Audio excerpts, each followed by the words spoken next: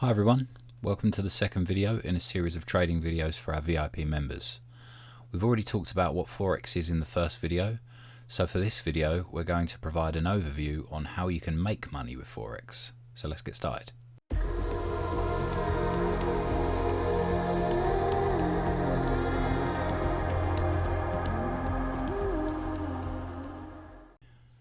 Okay, so this video will serve as more of an introductory overview on exactly how anyone can make money from trading Forex, and we'll briefly cover 4 key requirements.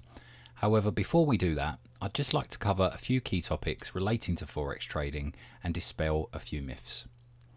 Now, many of you will have seen countless YouTube and Instagram video advertisements from Forex trading institutions making absurd claims that if you follow their trading program or you subscribe to their trading signal service, then you'll be rich in absolutely no time at all. You can't miss them as they're everywhere on the internet. Ridiculous claims along the lines of, "Watch how I turned $500 into $30,000 in just 2 weeks," or "Join my service and I'll show you exactly how I did it." Now, whilst technically this type of claim isn't impossible, it is technically possible with an over-leveraged account, a huge amount of luck, and a ridiculously aggressive level of compounding profits. But in all honesty, someone being able to replicate this on a consistent basis is next to impossible. If you try using these methods, then 99 times out of 100, you'll eventually blow your account and probably turn your back on Forex trading altogether. Forex trading is not a get-rich-quick scheme. If you want to make consistently large profits, then the truth is that you'll need large amounts of capital to trade with. If you over-leverage, eventually you will come unstuck. We will cover leverage in another video, but suffice to say it's not a good idea. If you want to make consistent profits in Forex, then just like all of the successful traders out there, you must be disciplined. You need a consistent strategy that doesn't change, even though it may seem tempting if you have a run of bad trades. Forex trading is all about gaining an edge, tipping the balance of probability in your favour. After all, prices can only do one of 3 things. They can go up, go down, or occasionally go sideways. With Forex trading, the correct mindset is key. We'll talk more about this as the course progresses, but having the correct mindset is just as important as a trading strategy and a risk management plan. Okay, so hopefully this hasn't put you off of Forex trading, as it's an excellent method for taking control of your finances, and as your skill, knowledge and experience develops, you'll hopefully reach a stage where you may even consider using Forex trading as a method of earning a full-time income. It requires a huge amount of hard work and dedication, but it's definitely possible to achieve. Okay, so let's start to cover the basics. What is actually required to make money with Forex? So the first thing you'll need to be able to even place a trade on the Forex market is a broker. A Forex broker acts as the middleman between you and the Forex interbank global exchange and allows you to execute trades on the market. The second thing required is a trading platform. This is the piece of software that you trade with, allowing you to physically place the buy and sell trades. The third thing you'll need is, of course, funds. If you want to earn real money from Forex, you will need funds to support your trading. The exception, of course, is if you are trading with virtual funds on a demo account, and I highly recommend to all individuals who are new to Forex trading that they start with a demo account for at least a month or 2 to really get comfortable with executing trades and getting a feel for how the markets move. The final piece of the puzzle is that you need a strategy.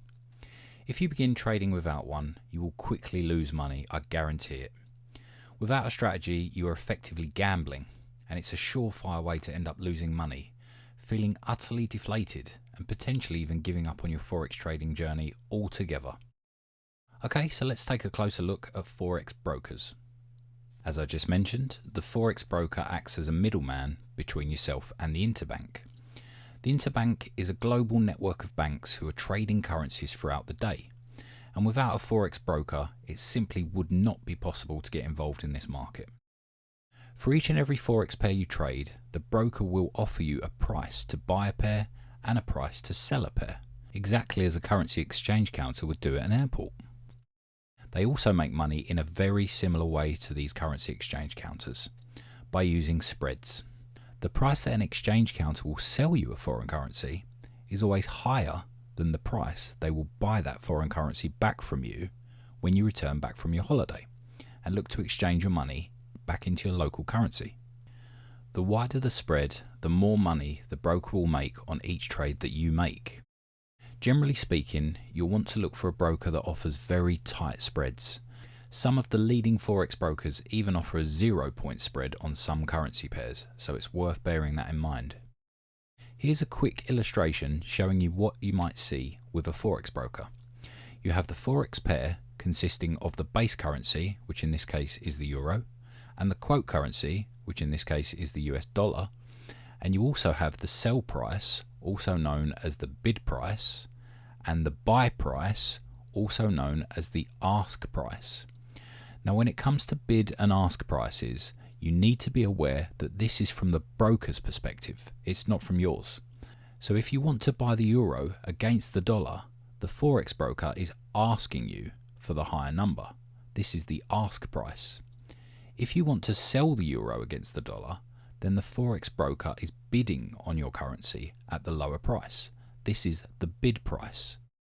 The main thing to remember is that usually the buy price, i.e. the price that the broker is asking you to pay, will usually be fractionally higher than the sell price, which is the price the Forex broker would bid to buy from you. Now, as mentioned in the first video, most brokers nowadays offer prices at 5 digits. So for example, 1.06610. Now there are still a very small handful of brokers around that will offer prices at 4 digits, but as time goes by, you will see this less and less often.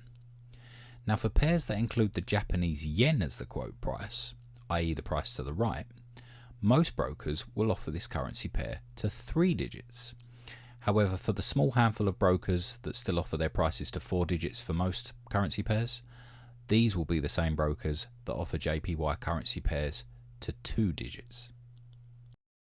In terms of selecting a good broker, there are a few things to bear in mind.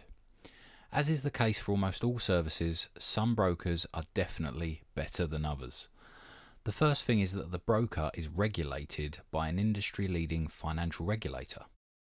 The most common include the FCA, which resides in the UK, the SEC, which is based in the US, the ASIC, based in Australia, and the FINMA, based in Switzerland.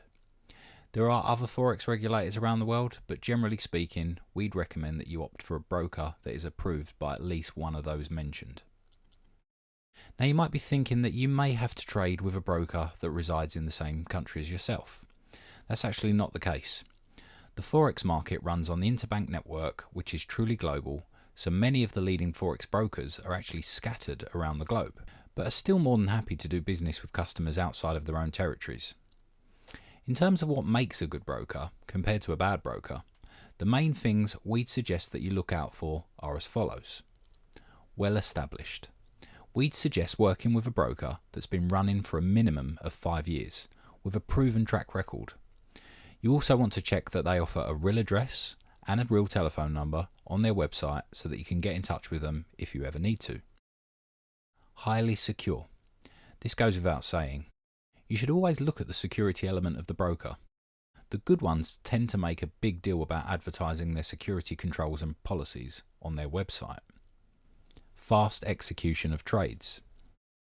A good broker will execute trades on your behalf in a fraction of a second. This is usually measured in milliseconds, and there are 1000 milliseconds in a second. So anything less than 200 milliseconds, which is basically 0.2 seconds, is going to be extremely fast. Remember, the Forex market changes very quickly, and if you're sitting around waiting for your trades to execute, this could certainly impact on your profits. Narrow spreads. It's worth comparing spreads on brokers. The tighter the spread, the less that each trade will cost you to execute. Trading platform. We'll come back to this one in more detail in a few moments. Customer service. You don't want to be getting messed about by a broker. You want to know that you can call them up day or night and speak to a real human being. In terms of the brokers we would personally recommend, you can find details of our preferred brokers in the free resources section of our website, And if you're watching this video on YouTube, they will also be added to the comments below the video. Okay, so this brings us to trading platforms. So in the old days, people would get on the phone and speak to a broker and request that the broker executes a trade on their behalf.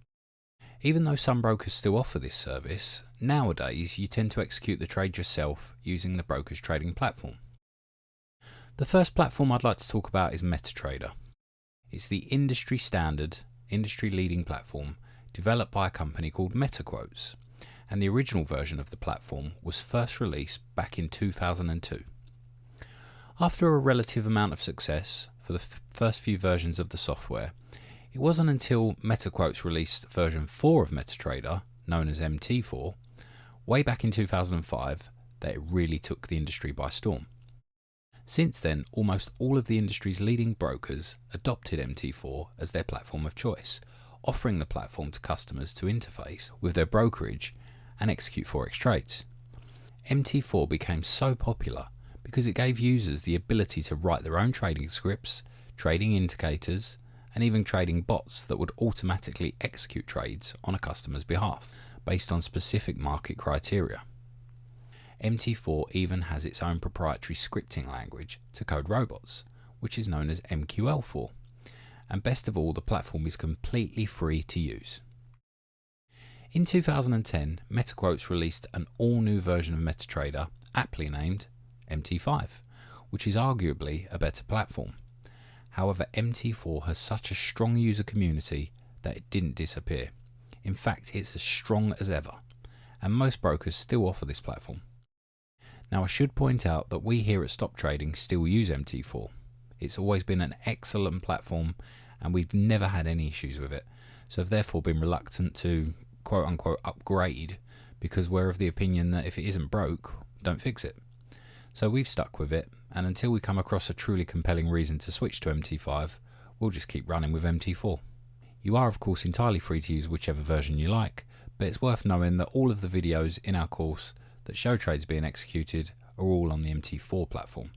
So if you'd like to follow along with the course as closely as possible, we'd recommend that you start with MT4 and then possibly look to upgrade later down the line if you feel the urge to do so.